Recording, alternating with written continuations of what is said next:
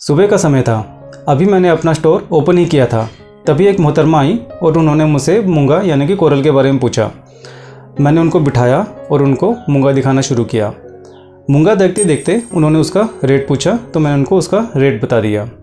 लेकिन उसके बाद जो हुआ वो मेरे लिए कभी ना भूलने वाली घटना बनकर रह गई। वो मोहतरमा उठी, खड़ी हुई और उन्होंने मुझसे बोला, भैया जमस्टोन्स इतने सस्ते थोड़ी आते हैं, आप तो नकली जमस्टोन्स बेच रहे हो। और ये कहकर यहाँ से चलती बनी। अब मैं कुछ देर तक के लिए सोचता रहा, आखिर मुझसे गलती क्या हुई है, आखिर गड़बड़ कहाँ थी। क्या मुझे जमस्टोन का रेट मूंगे का रेट ज़्यादा बताना चाहिए था? नहीं, हो सकता है वो मोहतरमा पहले किसी और दुकानदार के पास गई हों जिन्होंने उसका रेट बहुत ज़्यादा बताया हो सकता है उन्होंने ऑनलाइन चेक किया हो जहाँ पर रेट उनको ज़्यादा लगा हो, या फिर किसी ने उनको मिसगाइड किया हो कि अगर जमस्टोन्स महंगे हैं तो ही असली होंगे, नहीं तो वो नकली होंगे। तो दोस्तों, ऐसी बहुत सी धारणाएं मार्केट में या कस्टमर्स के दिमाग में रहती है जिनका कोई लॉजिक नहीं होता। हमने अपने मिथ बस्टर के पहले पार्ट में आपको बताया था कि किस तरह से ऐसी धारणाओं का जन्म होता है और कहीं ना कहीं यही कारण होता है कि कस्टमर धोखाधड़ी का शिकार हो जाता है। ऐसी धारणाएं न केवल कस्टमर्स के लिए बल्कि कभी कभी दुकानदार के लिए भी मुसीबत बन जाती हैं। Gems info series by Rahul Singhal presented by Swastik gems and jewels के आज के एपिसोड में हम ऐसी ही कुछ धारणाओं और मिथ्स के बारे में बात करेंगे। अगर आप हमारे चैनल पर नए हैं तो फटाफट से हमारे चैनल को लाइक, सब्सक्राइब और शेयर कर दीजिए ताकि हमारा हौसला बना रहे और हम ऐसी ही वीडियोस आप लोगों के लिए बनाते रहें। मैं अपना एक और एक्सपीरियंस आपसे शेयर करता हूँ। एक बार मेरे कस्टमर मेरे पास आए और उन्होंने मुझसे एक नीलम का पीस मांगा। मैंने उनको 8-10 अलग अलग क्वालिटीज़ के नीलम के पीस दिखाए। उनके बजट के अकॉर्डिंग जो भी पीस उनको सूट किया मैंने उनको दे दिया। लेकिन वो बोले कि हम ये जो नीलम का पीस है अपने पंडित जी को दिखाएंगे, उसके बाद ही फाइनल करेंगे।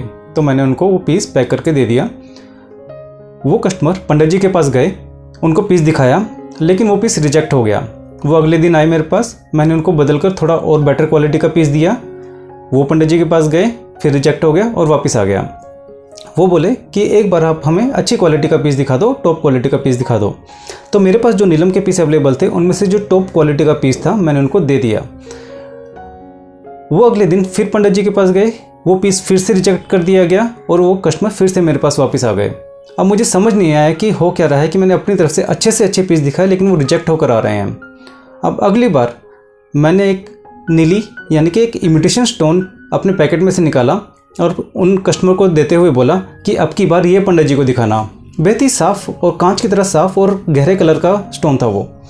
लेकिन मैंने अपने कस्टमर को बता दिया कि ये नीलम नहीं है, नीली है, उसका इमिटेशन है।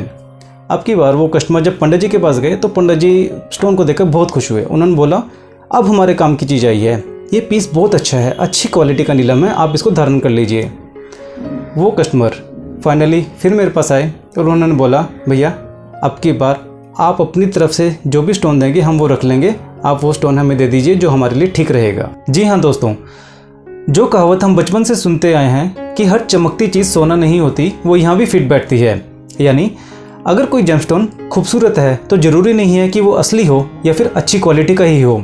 इसलिए बेटर है कि आप जब भी जेमस्टोन खरीदें अपने किसी विश्वास पात्र ज्वेलर या एस्ट्रोलॉजर से ही खरीदें। और हाँ, ये जरूर सुनिश्चित करें कि अगर जिससे आप जेमस्टोन खरीद रहे हैं उसको उस जेमस्टोन के बारे में पर्याप्त नॉलेज है कि नहीं। कभी कभी हम ये देखते हैं कि कस्टमर्स को यह कहकर भी मिसगाइड किया जाता है, भ्रमित किया जाता है कि जेमस्टोन्स में अगर रेशे हैं तो ही वो असली है, अदरवाइज वो नकली होगा। लेकिन दोस्तों ऐसा भी नहीं है। अगर हम ट्रांसपेरेंट जेमस्टोन्स यानी कि पारदर्शी जेमस्टोन्स की बात करें तो जैसे जैसे उनका क्वालिटी ग्रेड बढ़ता जाता है वैसे वैसे उनकी क्लैरिटी बढ़ती जाती है, उसके अंदर से रेशे कम होते जाते हैं, इंक्लूजन्स कम होते जाते हैं और एक हाई क्वालिटी जेमस्टोन में हमें बिल्कुल साफ पीस भी मिल सकता है, यानी कि रेशे से रहित पीस भी मिल सकता है। तो ज़रूरी नहीं है कि अगर जेमस्टोन्स में रेशा है तो ही असली होगा, बिना रेशे वाला जेमस्टोन भी असली हो सकता है, वो अच्छी क्वालिटी का जेमस्टोन हो सकता है। लेकिन अगर किसी ने आपको बताया है कि जेमस्टोन में रेशा है तो ही असली है, तो हो सकता है कि वो इंसान सिर्फ कमर्शियल जेमस्टोन्स में डील करता हो, उनको हाई क्वालिटी जेमस्टोन्स का एक्सपीरियंस कम हो। इसलिए आप सुनिश्चित करें कि आपको किस तरह की क्वालिटी का जेमस्टोन चाहिए और बेचने वाले से, चाहे वो एस्ट्रोलॉजर है चाहे दुकानदार है, उससे पूछिए कि अगर वो आपके हिसाब से अच्छी क्वालिटी का जेमस्टोन, बिल्कुल साफ जेमस्टोन प्रोवाइड कर सकता है तो वो प्रोवाइड कर दें। एक बार मेरे किसी दोस्त को थोड़ा सर्दी जुकाम हुआ तो उन्होंने ज़्यादातर लोगों की तरह ही अपने पास वाली केमिस्ट शॉप पर जाकर केमिस्ट की सलाह से सर्दी जुकाम की दवा ले ली। 3 दिन तक दवा लेने के बाद जब उनकी तबीयत में सुधार नहीं हुआ तो फिर से उस केमिस्ट के पास गए तो उनको बताया, तो उस केमिस्ट ने उनको एक थोड़ी स्ट्रॉन्ग इंटेंसिटी की दवाई दे दी। अब 5वें दिन उनकी तबीयत ज़्यादा बिगड़ गई, उनको वोमिटिंग हुई, उनको हॉस्पिटल में एडमिट करना पड़ा। वहाँ जाकर पता चला कि उनका निमोनिया बिगड़ चुका है और उनको आईसीयू में भर्ती करना पड़ा। बामुश्किल ही उनकी जान बच पाई। लेकिन आप सोच रहे होंगे कि मैं आपको ये स्टोरी क्यों सुना रहा हूँ, आखिर जेमस्टोन से इसका क्या लिंक है। तो मैं बताता हूँ क्यों मैंने आपको ये स्टोरी सुनाई। हम अक्सर ये देखते हैं कि कस्टमर्स ज्वेलर्स के पास जाकर ये पूछते हैं कि हमें कौन सा राशि रत्न सूट करेगा। लोग अक्सर हमसे भी यही कहते हैं कि आप हमें बता दीजिए कि हमें कौन सा जेमस्टोन पहनना चाहिए, आपको तो पता ही होगा क्योंकि आपको तो जेमस्टोन्स का ही काम है।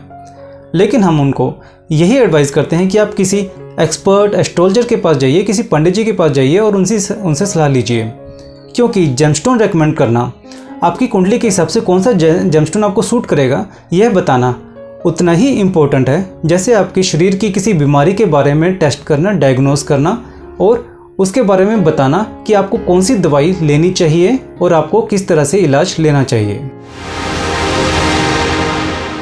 अगली गलतफहमी हम उन जेमस्टोन्स की दूर करेंगे जिनका कलर फेड आउट हो जाता है, जिनका रंग उड़ जाता है। एक बार मेरे कस्टमर मेरे पास आए, उन्होंने अपनी एक रिंग दिखाई। उस रिंग में एक हल्के हरे रंग का पत्थर डला हुआ था, लगभग सफ़ेद सा ही पत्थर था वो। मेरे पूछने पर उन्होंने बताया कि उन्होंने जब ये वो स्टोन खरीदा था तो वो बिल्कुल गहरे हरे कलर का था, लेकिन वो धीरे धीरे बिल्कुल सफ़ेद सा हो गया, उसका हरा कलर ख़त्म हो गया। तो मैंने उनसे पूछा कि आपने एक स्टोन कहाँ से लिया था, तो उन्होंने बताया कि उनके कोई मित्र हैं, वो किसी व्यक्ति के पास ले गए थे, किसी सज्जन के पास ले गए थे जो एस्ट्रोलॉजी जानते हैं, तो ये जेमस्टोन उसने ही हमें दिया था। तो मैं समझ गया था कि वो जो पत्थर है, पन्ने के नाम पर एक हरे रंग का पत्थर उनको पकड़ा दिया गया था। लेकिन मैंने उनसे कुछ नहीं कहा, उनको बोला कि आप एक बार उस व्यक्ति के पास जाइए, उनसे पूछिए कि ऐसा क्यों हुआ है। वो कस्टमर उस व्यक्ति के पास गए, उनसे पूछा कि ऐसा क्यों हुआ, लेकिन उनको जो जवाब मिला बड़ा हैरान करने वाला था, बड़ा आश्चर्यचकित करने वाला था। उस व्यक्ति ने उनको बताया कि आपके ऊपर कोई विपत्ति आने वाली थी, कोई मुसीबत आने वाली थी और इस पत्थर ने वो मुसीबत अपने ऊपर ले ली है, जिसके कारण इसका कलर चला गया है और ये फेड आउट हो गया है। मुझे ये सुनकर बेहद आश्चर्य हुआ कि एक झूठ छुपाने के लिए कितनी सफाई से दूसरा झूठ गढ़ दिया गया था। दोस्तों, किसी जेमस्टोन का कलर तभी फेड आउट होता है जब वो कलर किया हो गया होता है, रंगा हुआ होता है। अदरवाइज ऐसा कुछ नहीं है कि आपके ऊपर कोई विपत्ति आने वाली है और उसका कलर चला जाए। कभी कभी यह जरूर हो सकता है कि किसी ने अनजाने में कोई ऐसा जेमस्टोन बेच दिया हो जो कलर किया गया था। हो सकता है बेचने वाले को भी उसका ना पता हो, लेकिन अगर कोई जानबूझकर ऐसा करता है तो वो गलत है। दोस्तों, हमारा मिथ बस्टर सेशन जारी रहेगा और हम पार्ट 3 के साथ जल्दी ही हाजिर होंगे।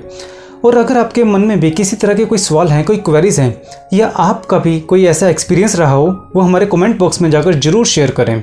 और देखते रहिए gems info series by Rahul Singhal, presented by Swastik gems and jewels. धन्यवाद।